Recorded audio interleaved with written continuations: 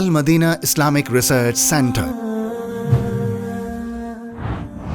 Ramzan ration program. महंगाई और बेरोजगारी के इस दौर में जहां रोजमर्रा जिंदगी की सहूलियात आम आदमी के दस्तरस से बाहर होती जा रही हैं और लोग इन मुश्किल हालात का मुकाबला कर रहे हैं, रमजानुल मुबारक की आमद पर कराची के सफेद पोश और जरूरतमंद खानदानों में इनकी इज्जत नफ्स का ख्याल रखते हुए इंतहाई बाइज्जत अंदाज से रमजान राशन तकसीम किया जाता है, ताकि रमजानुल मुबारक के बाबरकत महीने में वो बेफिक्री से अपने रब की इबादत में मशगूल रह सकें।